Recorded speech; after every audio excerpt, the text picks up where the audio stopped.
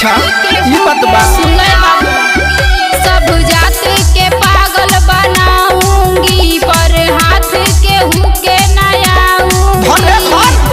मार दे बलखिया सब लोगवा बगलाए लागी। घर तो यार घरे घर बुझला कुरमी के लइका के लग जाई मोहर करे जाहो सोहर गवाए लागी। ना लागी कुरमी के लइका के लग जाई मोहर करे जाहो सोहर गवाए लागी। चलो हटो कुरमी के लइका के लग जाई मोहर करे जाहो सोहर गवाए लागी। रिकॉर्डिंग स्टूडियो हीरू के लइका रहे पीछे हमरा पड़ल हो। तब जमनिया के पानी नहीं झरल हो।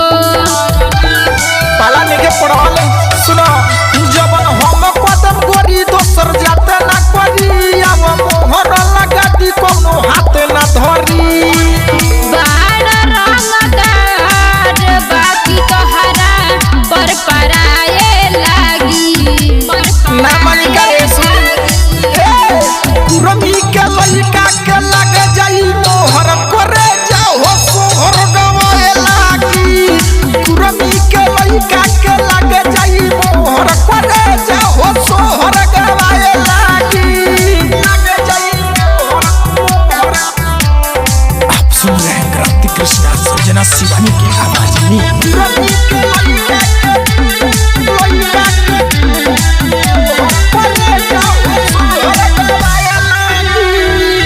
कृष्णा करनती नहीं पड़ब तोहरा बात में। ई बात बा मुँह में न धरब पैसा दे दो हमरा हाथ में।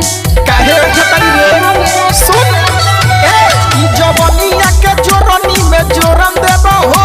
जवन बड़ुए गुमान गोरी तोर दे अब हो। धर जानी देहिया अगिया तोहरा देह में लागे लागी। ई कुरमी के लइका से पाला पड़ल बा। कुछ ना होई कुरमी के लइका के लग जाई मोहर करे जाओ सोहर गवाए लागी।